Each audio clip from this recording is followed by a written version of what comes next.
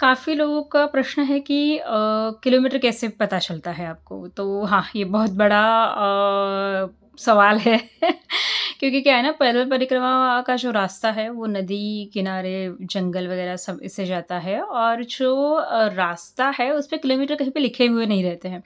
मतलब हम अगर कहीं से जाएँगे कोई भी बुक लेंगे सीमा चौधरी जी की बुक है और भी काफ़ी बुक्स हैं। तो उसमें भी जो रास्ता दिया हुआ है ना वो मतलब वो जगहों के नाम दिए हैं वो तो सही आ जाते हैं, लेकिन किलोमीटर का बहुत मतलब आगे-नीचे आगे-पीछे हो जाता है।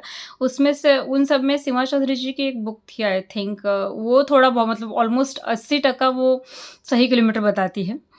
लेकिन बाकी अगर आप कोई भी बुक लो तो उसमें बहुत फ़र्क है, अंतर है और दूसरी बात ये है कि बड़वानी जब आता है, आप अगर शूलपाणी से जाओ तो अगर आप सिद्धेश्वर मंदिर रुको बड़वानी में तो वहाँ पे 4 पन्ने का एक मार्ग दर्शिका दी जाती है। लेकिन एक्चुअली अगर आप वो देखेंगे तो ज़मीन आसमान का फ़र्क है मतलब आई मीन पता नहीं क्या है कि उसमें अगर लिखा है कि आगे वाला आश्रम 5 मतलब कोई एक आश्रम 5 किलोमीटर है तो निकलता 15 किलोमीटर पे है। और ऐसा था कि किसी का लिखा है 20 किलोमीटर और निकला 3 किलोमीटर पे। तो मतलब वो जस्ट आगे का आश्रम कौन-सा है या फिर गाँव कौन-सा आएगा वो देखने के लिए ही ये रहता है। दूसरी बात ऐसे है कि जो लोग रहते हैं ना उन्हें भी किसी को पता ही नहीं रहता है।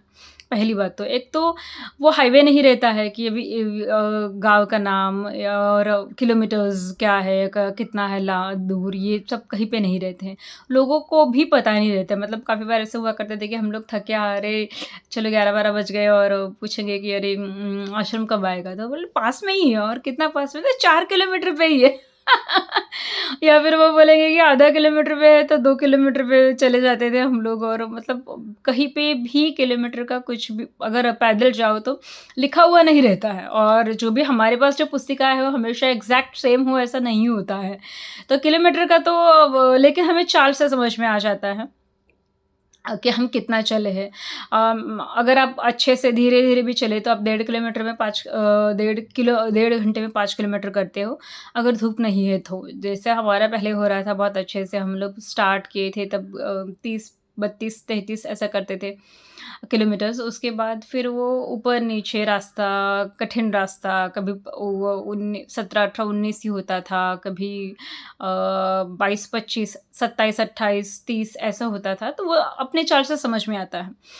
अब ये एक और बात है कि काफ़ी परिक्रमा से क्या करते हैं, अंधेरे में निकलते हैं या फिर ऐसा लोगों को ऐसा लगता है कि जितना टाइम ज़्यादा मिलेगा उतना हम ज़्यादा चलेंगे, लेकिन एक्चुअल में ऐसा नहीं होता है। आपकी बॉडी की, आपके शरीर की क्या कैपेसिटी है, उसी पे आप चलते हो।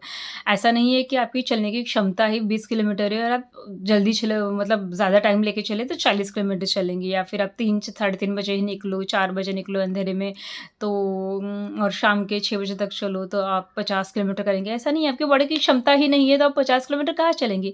अपने शरीर है वो कोई मशीन नहीं है ना? कि मतलब और ऐसा नहीं है कि चल-चल के आदत पड़ जाती है, क्योंकि रास्ता कठिन है बहुत तो आपका शरीर थकेगा ही थकेगा मतलब आप रोज़ भी चल रहे हो तभी उस दिन के लिए थकेगा ही आपका शरीर। वो ठीक है दूसरे दिन थोड़ा-सा अच्छा लगता है, हम ये हो जाते हैं, फ्रेश हो जाते हैं और चलने लग जाते हैं वो बात अलग है। लेकिन आपके शरीर की अगर क्षमता है, तो उससे ज़्यादा चलेंगे तो दिक्कत ही है। तो किलोमीटर मत ये करिएगा कि हाँ 3600 किलोमीटर है तो मैं नाप के दिन का इतना चलूँगा, ऐसा नहीं होता है। हम कितना भी सोचे ना जैसे मैं काफ़ी बार सोचती थी कि नहीं-नहीं अभी तो 25 आज करूँगी, तो शायद 20 ही होता था, क्योंकि रास्ता ही ऐसा है। काफ़ी जगह टूटा हुआ रास्ता था काफ़ी जगह खेत पूरा पानी से भरे हुए खेत है, आपका पूरा जो चप्पल है, पाँव है, कीचड़ से भरा है, आप कितना चलोगे? आगे हाईवे लगा है चलिए हाईवे लगा है तो 3-4 जगह तो पूरा 10-10 किलोमीटर तक हाईवे फोड़ा हुआ था बिकॉज़ नया रोड बन रहा था। उस फोड़े हुए पथरीले इसमें आप कितना चलोगे? तो ऐसा नहीं है कि अगर कोई बोल रहा है कि हम नहीं हम इतना चलते हैं, उतना चलते हैं, इतना-उतना चलते हैं ठीक है, रोज़ उतना हो ही नहीं सकता। आपको बॉडी है वो जवाब दे पाएगा।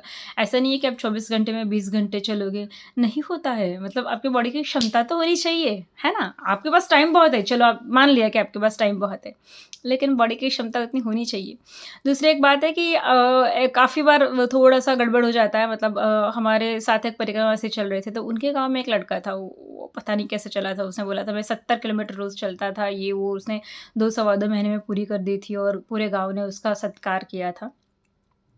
तो वो ये जो मैं हाँ, हमारे साथ बाबा जी चल रहे थे, उनके घर से फ़ोन आ रहा था कि वो 70 किलोमीटर चलता था, उसने पौने 2 महीने में की तो 2 पौने 2 सवा 2 महीने में की, तो आपने कैसे आपको क्यों इतना टाइम लग रहा है? तो बिल्कुल भी ऐसा नहीं है। आप जो खुद परिक्रमा करेगा और जो खुद पूरी की पूरी पैदल करेगा ना, वही बता सकता है कि कौन कितना चल सकता है। मतलब 70 किलोमीटर हम मशीन नहीं हैं या हम साइकिल नहीं हैं, हम मोटरसाइकिल नहीं हैं। हमें अपना वज़न भी लेना है और वज़न नहीं भी हो तो दिन का आप एकाध दिन 40-45 चल चल लोगे, दूसरे दिन, तीसरे दिन आपका शरीर थकेगा, है ना? तो ये बात है ना किसी का सुन के मत घर पे बोल दीजिएगा कि अरे इतना होगा तो मैं इतने दिन में आ जाऊँगा करके। मैंने तो सीधा बोल दिया था 6 महीने। मुझे लगे 4.5 महीने, 134 दिन मुझे लगे, मैंने पूरी पैदल की है, लेकिन मैंने ये ठान ली थी कि मैंने ये बोल के आई थी कि 6 महीने लगेंगे। मैंने ये ठान ली थी कि मैं कछुए की चाल चलूँगी, मुझे पूरा चलना था बिकॉज़ तो मैं हमेशा ऐसा लगता था मैं भी ट्राई करती थी कि नहीं थोड़ा ज़्यादा चलती हूँ, थोड़ा ज फिर कभी-कभी ऐसा लगता था कि नहीं यार छोड़ो जब होनी है तभी होनी है। जैसे चलना है वो तो वो चलाया जाता है, हम चलते नहीं अगर कोई पूरी परिक्रमा पैदल कर रहा है ना, तो इतना आसान नहीं है। तो हमें चलाया जाता है। हमारे साथ दिव्य शक्तियाँ चलती हैं, वो हमारा इंतज़ाम कर देती है, हमें कैसे चलाना है। और मैंने सोचा था कि द चलो भाई 15 दिन लेट भी जाऊँगी तो क्या होने वाला है। चलो 8 दिन जल्दी ही जाएँगे। काफ़ी बार ऐसे ना तुलना होती है, कॉम्पिटिशन होता है कि अच्छा वो उसने 120 दिन में किया, हम 108 दिन में करेंगे, हम 80 दिनों में करेंगे। तो ये कॉम्पिटिशन वगैरह आप परिक्रमा के लिए जा रहे हैं ना, हम परिक्रमा के लिए जा रहे हैं, हम कॉम्पिटिशन करने थोड़ी जा रहे हैं, हम तुलना किसी से करनी ही क्यों है। हर एक की शरीर की क्षमता अलग होती है। माना कि हर एक के शरीर की क्षमता अलग होती है, लेकिन कोई कैपेसिटी के बाहर कोई नहीं कर सकता और आप खुद आँखों से देखेंगे कि कौन कितना कर सकता है, अपनी बॉडी की क्षमता क्या होती है, अपने शरीर की क्षमता क्या होती है। आदत पड़ जाती है वगैरह ऐसा कुछ नहीं है, आदमी थकता ही है। शरीर है भई, थकेगा नहीं तो और क्या करेगा। आप पूरा दिन चलोगे, आपका सामान ढोगे तो थकोगे ज़रूर। तो ये बात है तो किलोमीटर्स और ये तो बिल्कुल भी नहीं है, लेकिन हाँ, ये बता सकते हैं कि चलो भाई अगर जबलपुर आता है, तो जबलपुर से ऑलमोस्ट 250 260-270 है अमरकंटक। अमरकंटक के बाद काफ़ी हाँ, अमरकंटक के बाद काफ़ी लोग बोलते हैं, नहीं-नहीं जल्दी आ जाता है, उतार का है। तो जल्दी पहुँच जाते हैं, 20 दिनों में पहुँच जाते हैं। कोई और हमको कोई बोलता है नहीं 350 किलोमीटर है, कोई बोलता है नहीं 600 किलोमीटर है। लेकिन अमरकंटक के बाद भी अगर आप रोड से आओ तो वो ऑलमोस्ट 750 से 800 किलोमीटर है। मुझे लगे थे 32 दिन मतलब मैं 26 मार्च को अमरकंटक में थी और मैं 28 अप्रैल ओंकारेश्वर पहुँची हूँ। वो भी ऐसे शॉर्टकट रोड का जो शॉर्टकट सीधा जो रास्ता है क्योंकि काफ़ी रास्ते गोलाई से जाते हैं, 2-3 रास्ते हैं अमरकंटक के बाद तो वो गोलाई से काट के जो हम जाते हैं, तो उतना टाइम मुझे लगा था। मैंने शुरुआत की थी 16 दिसंबर में और मैंने ओंकारेश्वर घाट के ओंकारेश्वर से ममलेश्वर घाट जो है वहाँ पे गोमुख घाट है, वहाँ से संकल्प लेके शुरुआत की थी। फिर मैंने पूरा शुरुआत से जो आधा दक्षिण तट है वो शूलपाणी झाड़ी ख़त्म करके उसके बाद चल के मैं विमलेश्वर पहुँची एग्ज़ैक्ट 1 महीने में मतलब मैंने 16 दिसंबर को शुरुआत की थी और मैं 16 जनवरी के शाम को समंदर किनारे थी।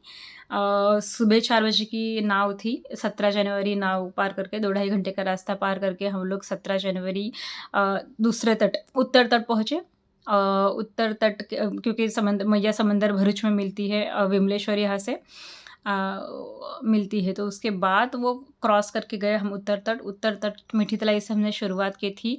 एग्ज़ैक्ट 17 फ़रवरी 1 महीने के बाद मैं लक्कड़कोट की झाड़ी पार की मैंने। उसके बाद ये मज़ा ये आया था कि जो मुझे गाइड कर रही थी रूपाली ताई तो जैसे समंदर पार किया तो रूपाली ताई ने बताया कि तुमको 2 महीने लगेगा अमरकंटक पहुँचने के लिए और मैं बोल रही थी 2 महीना? नहीं, इतना नहीं लगेगा, 1.5 महीने पार कर दूँगी मैं, चलूँगी ज़्यादा ये वो और हम ट्राई करते लेकिन अपने बस में नहीं होता है चलना। हम सोचते हैं ना वैसे नहीं चलते हैं। तो मैंने 2 महीने से ज़्यादा लिए 8 दिन और 6-8 दिन और ज़्यादा लिए। तो मैं थी 26 मार्च को अमरकंटक और फिर उसके बाद मैं आई 28 अप्रैल को यहाँ पे ओंकारेश्वर, ओंकारेश्वर के गोमुख घाट उधर हमने ख़त्म की, मतलब वहीं पे है, गजानन महाराज का मठ वहीं पे है। तो वहाँ पे मैंने वो ख़त्म कर दी। तो पूरा जो राउंड है, एक्चुअली प्रदक्षिणा उसी को बोलते हैं। काफ़ी बार क्या होता है ना कि काफ़ी लोग गाड़ी से करते हैं, काफ़ी लोग मतलब मध्य प्रदेश वासियों का एक मैंने देखा है कि वो लोग शुरू भी करते हैं, तो एक तो वो मोस्ट ऑफ ऐसा होता है कि ज़्यादा से ज़्यादा वो अमरकंटक चलते हैं, फिर वो कहीं उन्होंने कहीं से भी उठाई हुई होगी, तो अमरकंटक चलेंगे और उसके बाद वो गाड़ी में बैठ के जहाँ से पूरी की है वहाँ जाके ख़त्म करते हैं या फिर ओंकारेश्वर जाके जल चढ़ाते हैं। तो ये है।